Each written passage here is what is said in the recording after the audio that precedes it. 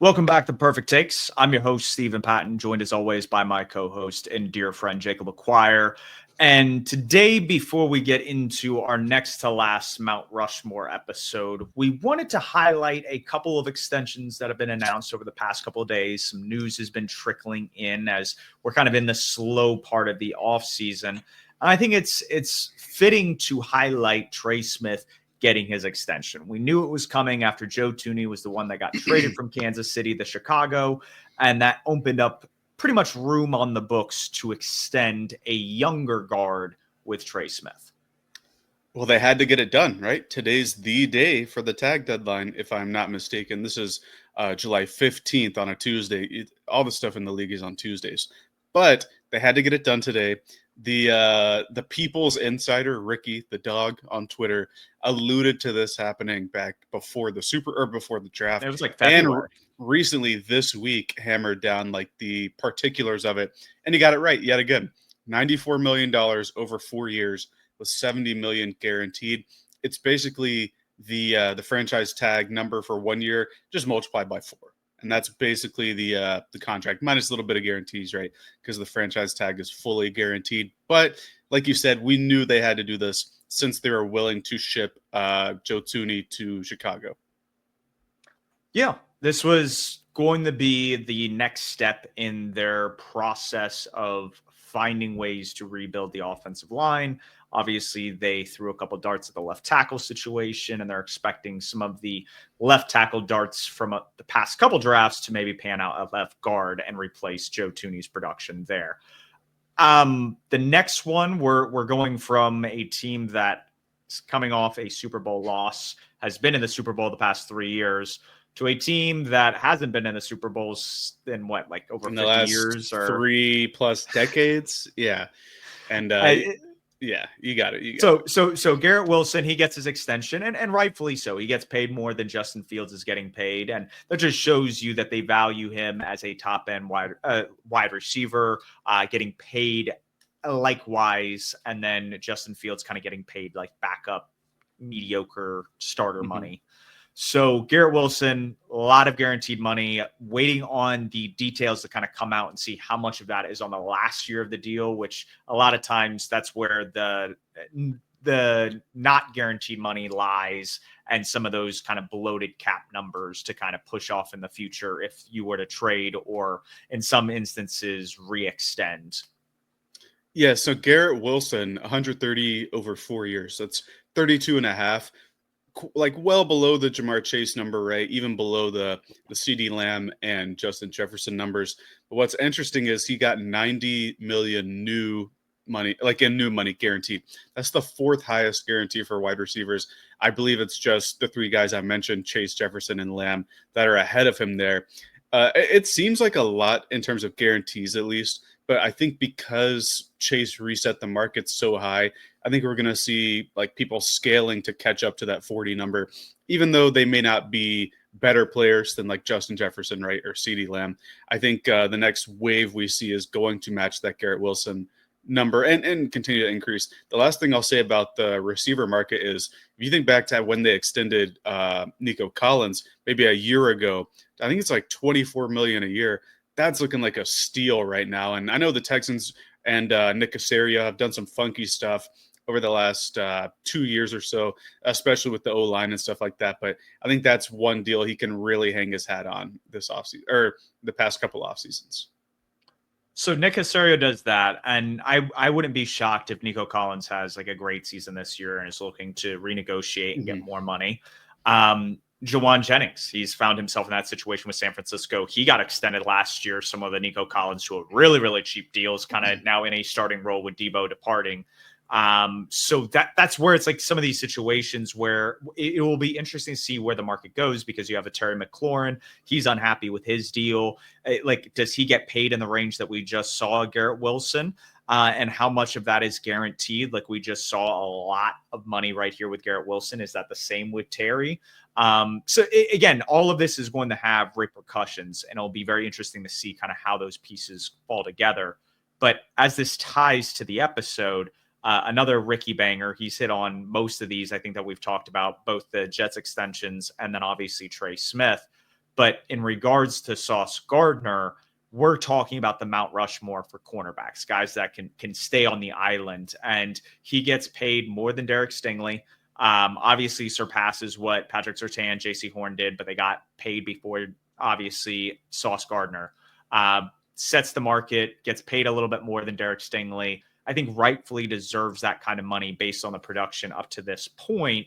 What are your thoughts on it? Again, the Jets locking in their stars moving forward. They have a vision, at least, right, under the new GM.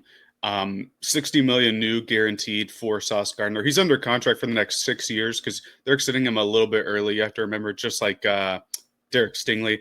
And while I don't think that Gardner is necessarily on the same tier as Stingley and Patrick Surtain, I think you had to get this deal done to show, like, especially as a new regime, you're going to reward your guys moving forward. It's very similar to the Chuba Hubbard thing when we extended him during the season. Obviously, we didn't give Chuba top numbers at the running back position, but he was like a foundational piece for this team, for the culture. And if Sauce Gardner is going to be like that, and Garrett Wilson for that matter, it makes sense to get their deals done, right? And it beats the fifth-year option deadline and that whole fiasco. Like, we've seen teams struggle with that over the past couple of years. I think JC Horn played on his 5th year this past year, and then parlayed that into a new one. So you see all the time that teams like to get ahead of that if the player is worth it. And I certainly think both Wilson and Gardner are worth it. It's just the reality of the league nowadays with all these, with the salary cap rising, we're going to continue to see huge contracts that you might be like, well, he's not better than Surtain, so does he deserve it? But that's just the way that the league's going. And the last thing I'll say is it's impressive to see the corner catching up. We talked about that once Stingley got extended and JC Horn got extended, but the corner's finally getting paid like a premium position now. At least the top end ones. And it's they were starting to kind of like almost fall from the premium to non-premium and get replaced by offensive guards. And I think those are the two competing markets kind of in between that line. Like, if you're looking at gray area for the cornerback market in particular, when we're looking at the top of it, I think these early extensions help the team so much with the rising salary cap because, like you said, you have a couple extra years on those deals. JC Horn got extended this past offseason. Surtain got extended last year. So you got that cushion of having that extra year on the rookie deal to tack on with that extension, to push some of those cap hits out into the future. And so some of that cap manipulation, obviously the Eagles do a lot more in regards to their signings, but that's how they get it done is they sign these guys after year 3 to give them some wiggle room on that rookie contract. So even though it looks like they're giving them a lot of money up front, they don't have to acknowledge that on the cap sheet for another couple years. Yeah, and it helps them get out of some bad stuff, right? Like, not all the extensions are good, right? We can think about Carson Wentz's deal back in the day, but because Howie has continued to do the early extension thing, he was able to get out of that. And if Jalen Hurts doesn't perform to the level that he did in the Super Bowl, the past 2 Super Bowl runs, they'll be able to get out of even that deal, despite it having like 5 or 10 void years tacked on to the end. Well, you have that, but look at Bryce Huff. You signed him to a massive extension That's a in free perfect agency example. Yeah. And you jettison him out literally the next offseason. So it's just how he knows how to kind of get guys off the payroll and eat some of the dead money up front and move forward. But without further ado, talking about Sauce Gardner, I think he's a guy that has a long shot to be on the Mount Rushmore of cornerbacks. And the title of the episode, The Island Boys, he obviously is able to take away a third of the field, has 2 first-team All-Pros, a Defensive Rookie of the Year to his name. But a guy that I think is really in the driver's seat, and we've already, I think, alluded to him, is Patrick Surtain. He's a guy that has a Defensive Player of the Year award, 2 first-team All-Pros. And again, his ability to shut down a third of the field, especially with that Broncos front 7, is going to create some issues, especially this year, when you look at what they added in free agency. He reminds me of a guy that we'll talk about on the actual Mount Rushmore later. But to me, he's the clear best corner in the league right now. Can thrive in man or zone. He has like the build and the frame to play whatever you need him to. And I think it just goes to show that him winning Defensive Player of the Year, kind of breaking the D lineman streak we've had since Stephon Gilmore, who we'll also touch on a little bit later. But really, really good player. And the fact that I know we just talked about J.C. Horn, Stingley, and Sauce getting their big deals. The fact they got it done before all those guys really is a good thing for the Broncos, because I think he's worth more than all those guys. Absolutely. And I'm sure he'll look to here in a couple years, and him getting his deal done earlier means he's going to get to that next extension a little bit sooner. So he will definitely see more money in his future. But to move forward from guys that are kind of like have a long shot in the driver's seat to talking about guys that are on Mount Rushmore.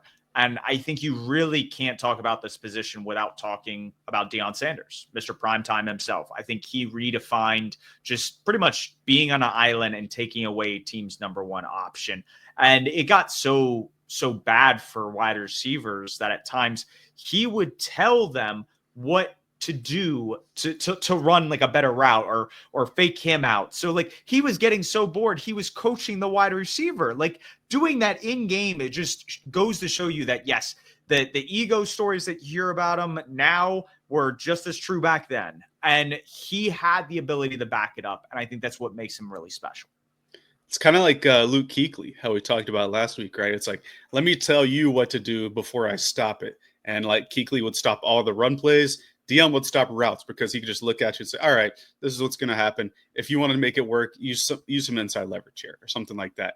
And it's not just his impact on the field. He brought a certain swagger to the game, right? Like, I don't know if we can have such individualism throughout the sport if Deion didn't play the sport, or if someone like him didn't come about and redefine what it meant to be like his own player.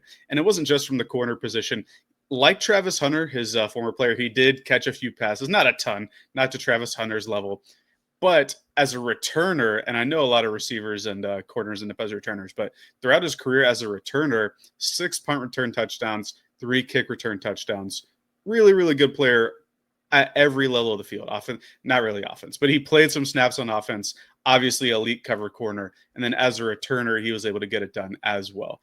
I don't think we can talk about the corner position without Deion Sanders. We kind of just jumped right in with him with like Mr. Fundamental, him like coaching the other side and just being really smart and understanding what's going on. But you just brought up the fact that this guy is so athletic. He was making plays on special teams as well. And he was returning interceptions for touchdowns. He just had that ability to impact the game in many different facets. And I think that is a huge inspiration and a probably reason why Travis Hunter went and played for Deion Sanders is because of that duality and ability to impact the game. One of my favorite quotes of all time comes from Deion Sanders, and he says, if you look good, you're going to play good. If you play good, they pay good. And if they pay good, we're eating good. And it goes to speak of just his mentality because he lived large. You compare him to a guy that we talked about a few weeks ago with the wide receivers and Jerry Rice. He was Mr. Business. Deion Sanders was like the Michael Jordan of the NFL. And I mean, it's fitting. They both played baseball aside from their sports that they're in the Hall of Fame for. But with Primetime and Deion Sanders, he played it a little loose. Like he just went hard and it didn't matter because like the guy balled on Sundays regardless. Yeah, you brought up the receivers, and while he's at the peak like Jerry Rice is, I thought he had more of a Randy Moss and T.O. mentality on the field and much more of a performer. You know, like we talked about T.O. doing the stuff on the star. That's the kind of stuff Deion would do. Like the high step after the interception when he's turning it back. That's one of my favorite like signature moves, if you can call it that, of any sport ever. Like it's just he personified the corner position, and I'm sure there were like if you want to say like diva corners before that, but to me he's like the corner where it's like I'm not going to let anything happen or anything get past me. I'm going to fight through everything, and we see a lot of that in some of today's players and some of the players, especially in the early 2000s, like Aqib Talib. He wouldn't let anything past him, you know, unless it was Steve Smith. But like like that kind of player. To me, he's like the corner. I can't think of a corner without thinking of Deion Sanders. Without a doubt. And I think a guy that's been drafted recently, and I don't think he's going to necessarily touch the heights in terms of accolades. He is an honorable mention for us. Is a guy like Jalen Ramsey. He came out of the draft being that physically gifted. And I think if he didn't have some of the injuries he had, he might have put up some more numbers that would put him in a conversation to where at least he's on the doorstep. But a guy that I think both Florida State as well, Ramsey and Sanders. Yeah, and that's what that kind of foreshadowing was there, and Ramsey definitely played up to a level to where he helped a team win a Super Bowl. So don't want to take anything away from him. Just don't think he's a top 4 guy. When we talk about the next 3, the next guy that I think we're going to discuss, he doesn't have the accolades. Like we talk about Deion Sanders, he's a 6-time first-team All-Pro, 2-time second-team All-Pro, and he's a Defensive Player of the Year award. Darrelle Revis Island. I talked about the Island Boys. That's where the inspiration came from, is because Darrelle Revis literally shut down dudes on his side of the field. You saw it in practices. You saw it in games. He could just suffocate the wide receiver one in man coverage. And outside of, I think, a spectacular one-handed catch Randy Moss had on Darrelle Revis trailing, there weren't a lot of like memories I have of him being beat at all.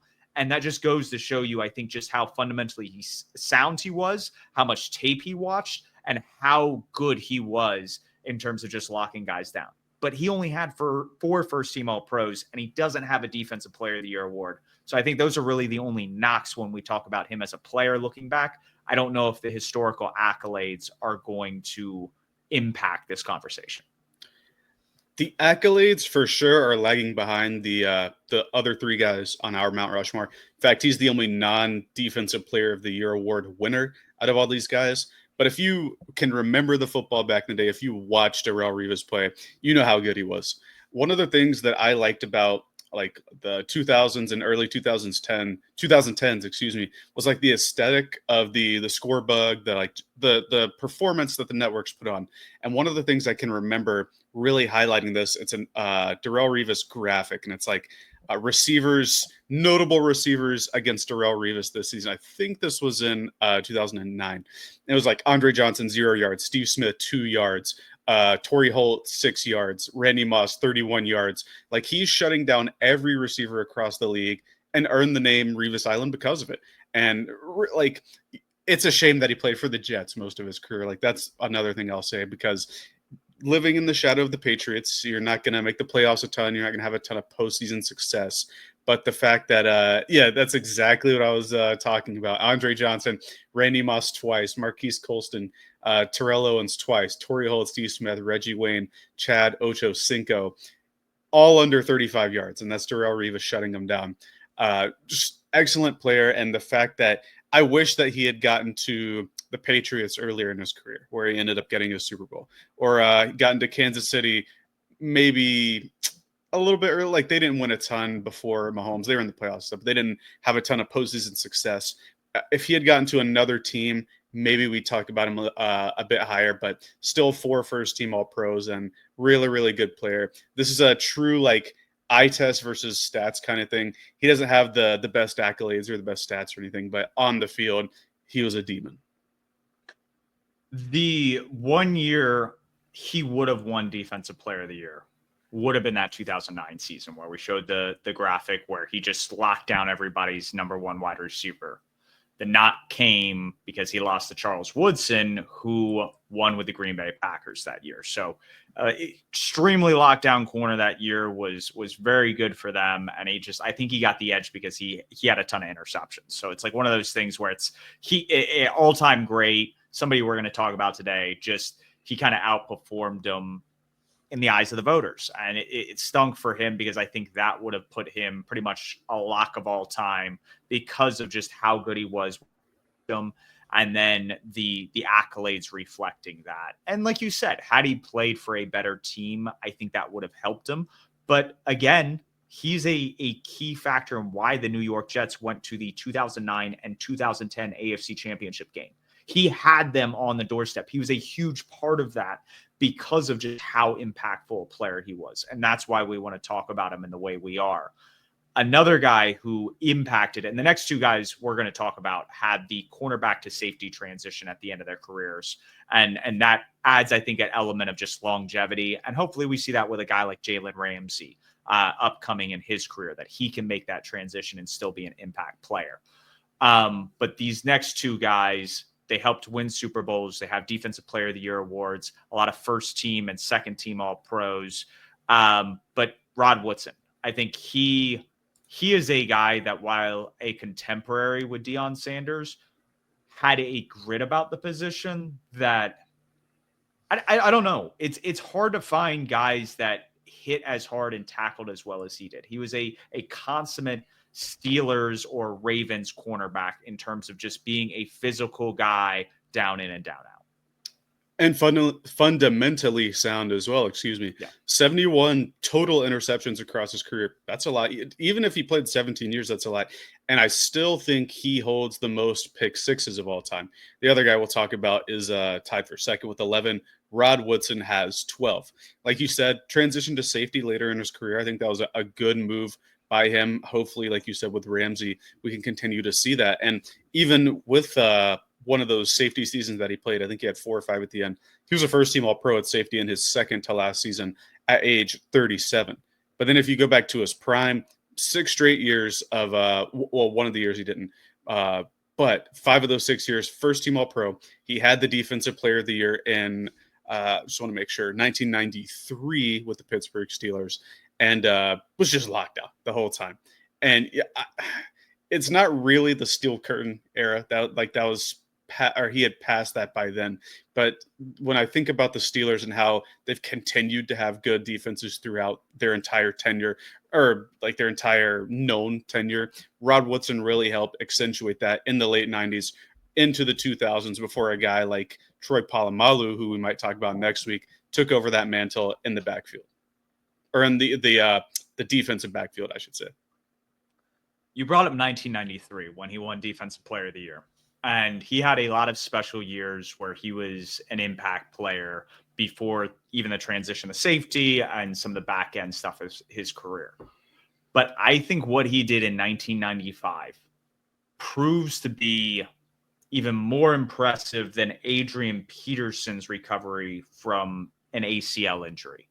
And this is back before modern medicine. I think the only guys during Rod Woodson's time that can even have a claim like this are guys like John Elway and Hines Ward. And they just said, screw the ACL. I'm going to build everything around Jackson, my knee. Well. Those kind of guys where it was just like, they said, screw the ACL. I'm not dealing with the surgery. In the case of Rod Woodson, he gets the surgery. It's September 3rd, 1995.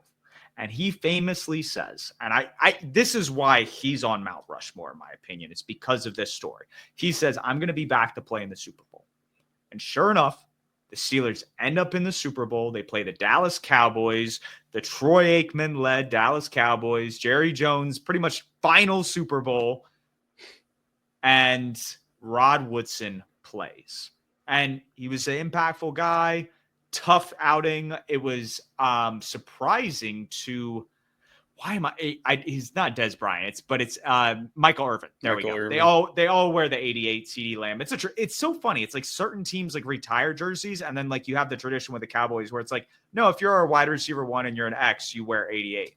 But in regards to that, he, I think, tore his ACL, and he was so skittish coming back, Michael Irvin, on his injury, that he had so much respect for what Rod Woodson did and being able to come back in a short duration and still be able to play at a very high level in the Super Bowl. So that is, I think, the coolest Rod Woodson story, apart from obviously him joining the Baltimore Ravens, winning a Super Bowl with them.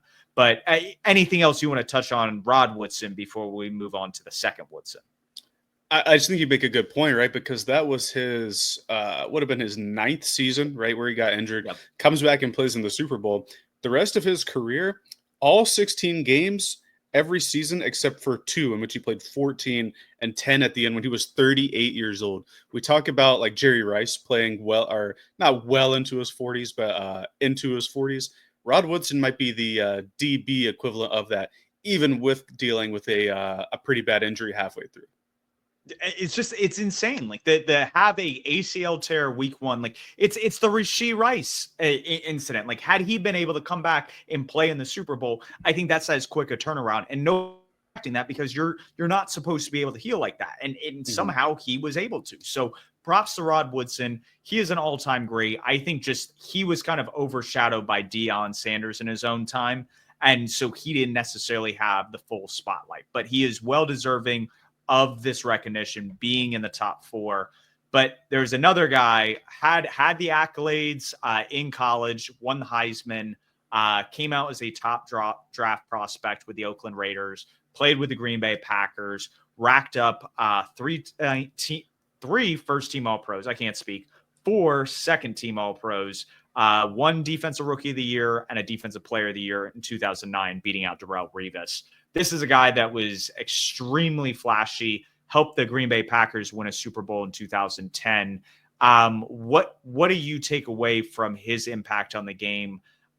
This 4th spot, I think, can be interchangeable with a couple people. He's the guy that I think we're going to leave off the list. This would be the dude. Yeah, I agree. Similar to Rod Woodson, he made the safety transition late in his career. Another 17 plus seasons player at the DB spot, which is impressive.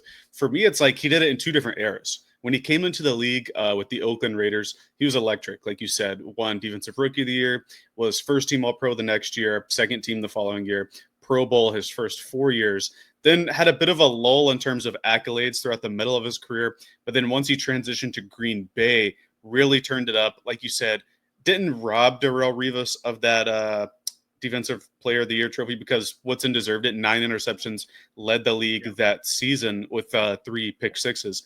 But you could say he was a contemporary with Revis. And during that Packers stretch, All-Pro 4 straight years, 2 first teams, 2 second teams, and helped lead them to that Super Bowl that year. I like how all of our players, at least not the second 3, 2, 3, and 4, had pretty good postseason success later into their careers. Like it wasn't immediate, but as their careers went on, they were able to find effects elsewhere. Like you said, though, if I were to leave this guy off and put in somebody in the more modern era or somebody like Champ Bailey, who is, I think I had Champ Bailey as our 4th option before we talked about it a little bit, it would be Charles Woodson, but really good player in his own right as well. So the interesting thing with Champ Bailey is he has the same number of first-team All-Pros, the same number of second-team, but he never won a Defensive Player of the Year award. And then, like we talked about with Charles Woodson, he won Defensive Rookie of the Year first year in the league. So it's just there was an element if he was recognized as one of the top dudes at his position, a little bit more so than Champ Bailey, even though I agree probably from a coverage standpoint, I personally am with you that I think I would side a little bit with Champ Bailey. It's just, I think with the accolades, I think with the postseason success, and Champ Bailey had some of that with Denver, but when you don't have a good quarterback, it's kind of hard to get over the hump and get into the Super Bowl. I think the closest they came was in 2005 when they hosted the Pittsburgh Steelers, who then went on to win the Super Bowl. So it's just one of those things that when you then talk about guys after Champ Bailey, it's like, you talk about a Richard Sherman who does have some of that postseason success and helped one of the best defenses of all time get to kind of that holy land of winning a chip. Then you look at a guy like Patrick Peterson, who's contemporary, same number of first-team All-Pros, but not a lot of second-team All-Pros. Jalen Ramsey, we already talked about. Stephon Gilmore only has 2 first-team All-Pros, but he has a Defensive Player of the Year award. So it's just these guys were really good at certain points, did certain things really, really well, but it's hard for me to put them over any of the guys we've talked about because it just doesn't feel like they had necessarily the swag or maybe the mentality that some of these guys had. And the 2 that I think encompass that the most is Deion Sanders and Rod Woodson. I think those are the 2 personalities. When you look at skill set, I don't think there was a better man coverage corner than Darrelle Revis. And I might be wrong. I think he's better than Primetime, honestly, in man coverage. But that's just where it's like when we talk about the greats, that's what you're comparing to. For sure. And I think Champ Bailey's right up there as a man coverage player. Looking at his career, played for 15 years. He actually did make the Super Bowl in his final season with Denver. He was injured throughout that season, though. Only played 5 games in the regular season and then did play every game in the postseason. But Bailey's entire career, those 15 years, only 3 years did he not make the Pro Bowl. It was his final season in 2008 when he was injured, and in his rookie season where he was second in Defensive Rookie of the Year.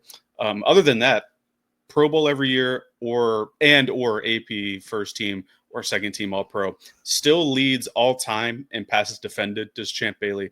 So like really good man cover lockdown corner there. But you brought up a lot of other good players that we grew up watching, right? Like Sherman maybe didn't lead. I would say maybe Cam Chancellor was the leader, but erased a third of the Legion of Boom in the backfield there. Patrick Peterson, I know you're not the biggest fan of him, but 3 first-team All-Pros in the 2010s era. Ramsey, Stephon Gilmore, recently won Defensive Player of the Year. And then even way, way back, guys like Mel Blount, Herb Adderley, and Night Train Lane. This was probably the most packed group that we had to choose from. Like a lot of the other groups, they had a definitive 3 or 4, or they had a definitive 3, and then you could really whittle it down to get that last one. But there are a ton of corners who I think deserve to have at least some mention of being on Mount Rushmore. They do, because that 4th spot isn't solidified. And that's where I think the doors open for a Patrick Surtain. If he, like, none of the guys we've talked about have won a second Defensive Player of the Year award. If he's able to pull that off, get a couple more first-team All-Pros, help lead the Broncos to maybe a Super Bowl run, like those are the kind of, I think, talking points that gets you in a conversation. Because like you said, even the cornerbacks we mentioned, we haven't talked about guys that help like Patriots dynasties and a Ty Law or a Asante Samuel, like guys of that caliber that were balling out at certain stretches. And I think that is when we talk about the cornerback position and we talk about these awards, a lot of these guys don't have necessarily the numbers as defensive linemen or wide receivers. There isn't as much consistency because there's a lot of turnover. Like 2015 Josh Norman is one of my favorite players. And it's not just because I'm a Panthers fan. He played it in a really like fun way that like is replicable. And what I mean by that is he would turn his back to the sidelines. He wouldn't face his the wide receiver face to face. Like he wouldn't try to press him. And when you do that, you give yourself leverage to where if the wide receiver wants to go to the boundary, there's not a lot of space to work with. So best case scenario, the wide receiver is catching the ball and it's a short gain. So it's some of those principles that he played that I enjoyed watching. Richard Sherman did a bunch of. And so that's where it's just, I have a preference for that style, but those guys aren't necessarily all-time greats just because of a couple great or elite seasons. Norman doing it as a smaller player as well, too. Yeah. One other person I wanted to mention was Darrell Green with Washington. He played 20 seasons, and for the most part was one of the fastest players of all time. Like relative to his era, he's like the Tyreek Hill of his era. And the chase down dudes, like it was insane. Yeah, he would hawk them. Played till he was 42 years old and played all 16 games in the last 2 seasons where he was well into his 40s. That might be the mirror of Jerry Rice. They actually played in the same era, 83 through 2002, almost to the year did they. But Green only 1 first-team All-Pro. He had, I believe Washington won 2 Super Bowls, maybe 3 during his era there. But another good corner that I think deserves the shout. Absolutely. Again, part of a championship caliber team, I think meets the bill. We didn't really talk about, I think you might have alluded to, obviously, like a Willie Brown, Mel Blount, Herb Adderley, Dick Night Train Lane. Like those guys played really well. They had some of the accolades and numbers, but it's not the passing era that we know. Like I think, especially like with the Dick Night Train Lane, like we're talking about a guy that was almost like a borderline linebacker, safety hybrid, just like with the size to just like, and that's where it's just like the modern game. Like he definitely would be an impact player. It's just, I don't know if he's a cornerback. So it's just because of the game being a little bit different, they can't be, I think, mentioned in the same context or breath. Yeah, he could be somebody we talk about a little bit next week when we do safeties as well. But yeah, like you're saying, a ton of even guys like, I'm not the hugest fan of Rondé Barber. Maybe it's because he was a Tampa Bay Buccaneer and for whatever reason seemed to hate casting the Panther. Like always hated on the Panthers. When I would too if Jonathan Stewart as a rookie like grabs me in my chest and just puts me into the dirt. And then Steve Smith, I mean, he abused them on the field. I mean, Rondé Barber even came out saying like, hey, I played against some of the greats, but Steve Smith, man, he'd make you feel bad about yourself. Yeah, like it's just that kind of mentality of just like he could talk so much smack. And the great corners can talk the smack back and like put it on the like Aqib Talib. Yes, Steve Smith got the better of him in that one matchup, but he was a very physical corner. You mentioned Ty Law, right, and Asante Samuel, like just a ton of really good corners over the years. But unfortunately, only 4 can make the list, and those are our 4. Yep. And so I think that pretty much leaves us with Purrfect Takes. In regards to cornerbacks, I want to say maybe this is the year, like if the Panthers are in the hunt for the playoffs, like a wild card spot or the division. I think because JC Horn just got paid, because he has a little bit of name recognition at this point, he makes second team All-Pro. And I'm getting a little crazy, but I just think if the front 7, that defensive line that takes a step, the secondary and JC Horn's impact, I think, can be more accentuated in ways it hasn't been over the past couple years because we haven't been able to stop the run. So I think if we truly see the addition we want from Ejiro Evero, or what he thinks they're going to be able to get out of this iteration, I think there's a chance he gets to that second team All-Pro, which is my take. So I'm hoping that goes the way I'm hoping the team thinks it goes. I like that. Last year, I think I had a take that said Horn would play the most games that he's done so far. He did that. So naturally, the next step from that in a Pro Bowl berth, which he was a Pro Bowler this year, is that second team All-Pro. So hopefully we see that. I'm going to stay with our modern corners as well. Derek Stingley Jr. Was a first team All-Pro corner this past season. I personally think he's the second best corner in the league, second best cover corner as well. I think he's going to get another first team All-Pro this season. They have some good players on that defense down in Houston, but I think Stingley and somebody that we'll talk about on Thursday are among the best of those defenders. And I really think that if he's healthy all year, he has the players in front of him to make him look better. Stingley is going to be first team All-Pro. That's my take. It feels like a cop-out, you know? I love Patrick Surtain, but he doesn't even have Danielle Hunter and Will Anderson. Like those two guys in their own right are like defensive player of the year candidates. Like, yeah, I mean, if I was Derek Stingley, I'd love to be in that position too. I think this is a great call because again, we don't know based on his previous health concerns if he's going to be able to play all year. So I think there is a risk that comes with that, but you're right. If he plays all year, there's no reason he shouldn't be first team All-Pro. And I think in that vein, then you can include him in the has a shot territory because the guys that we talked about today all have at least 3 first team All-Pros on the Mount Rushmore. Most of them had 4 or more. Surtain has 2, and Sauce Gardner, who we talked about at the top of the episode, has 2. So if you get to that 2 mark, I think it really starts to push you into that conversation. Like, oh, okay, if I end up with 1 or 2 more of these in the future, I can be considered as a 4th best or an honorable mention. And it's all about who's going to separate themselves because we're talking about Surtain, we're talking about Stingley, we're talking about hold on, Sauce. I'm losing track. Heck, Horn might be able to throw his name in the ring if he stays healthy for a half decade plus and is able to rack up some awards. It's just who's going to be able to separate themselves from the pack because that's what we've seen from all the cornerbacks that we've talked about today is during their eras, they were able to separate themselves as being a true lockdown corner. Yeah, you only really like if you paid attention to like our honorable mentions in our official list, there's only like 2 per decade, right? Like those are the top dogs. 2 of the 4 guys that were of the 4 young corners we're talking about here are going to end up separating themselves. Hopefully, JC Horn's one of them as Panthers fans, right? But I think that's going to do it for today. On Thursday, we're going to mirror what we did last week and do our defensive team draft. It's going to be a little bit more hectic because we have more positions on defense, right? We have like nose tackles, nickel corners that we have to incorporate, that kind of thing. But that's going to be really fun. And then next week we will do, I think it'll be our last Mount Rushmore with safeties. We might go back and throw tight ends or something in there if we need to fill an episode. But until then, you can find us on Twitter, YouTube, Spotify, Apple Podcasts. You can dislike the episode if you need to, if you think there's a different corner that deserves to be on here. But until Thursday, keep pounding.